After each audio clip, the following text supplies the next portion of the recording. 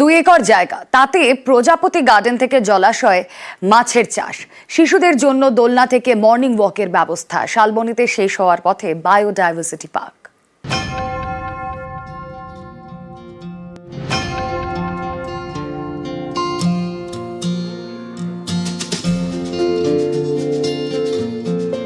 কাজ শুরু হয়েছিল অনেকদিন আগেই।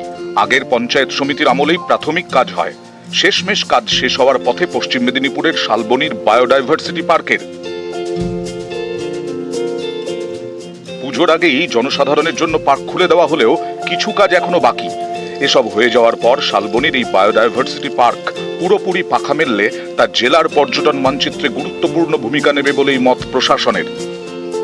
যে দৈনন্দিন জীবনযাত্রা যে ডেভেলপমেন্ট, রাস্তাঘাট, জল, সেগুলো হয়েছে, তার সাথে সাথে কিছু বিশেষ প্রকল্পও নেওয়া হয়েছে। বায়োডাইভার্সিটি পার্কের জন্য কাজ প্রায় শেষের মুখে। বায়োডাইভার্সিটির মধ্যে জীববৈচিত্র্যের যেমন প্রজাপতি উদ্যান, বিভিন্ন রকম ভেষজ গাছের প্রকল্প, তার সাথে সাথে শিশু উদ্যান, ওপেন জিম, রক ক্লাইম্বিং। শুধুমাত্র যে বিনোদনের জন্য নয়, বায়োডাইভার্সিটি পার্কের উদ্দেশ্যটা হচ্ছে যাতে নতুন প্রজন্মকে জীববৈচিত্র্য নিয়ে শিক্ষাও দেওয়া যায়।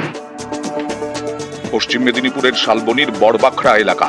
এখানেই সরকারি ITI কলেজের সামনে 2 একর জায়গা জুড়ে গড়ে উঠেছে বায়োডাইভার্সিটি পার্ক।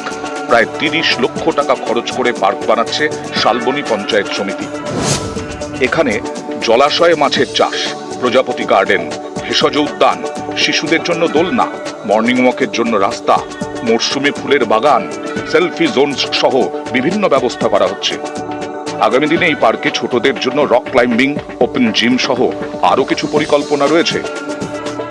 রকম একটা অনুভূতি, সেটাই আমরা চেষ্টা করছি।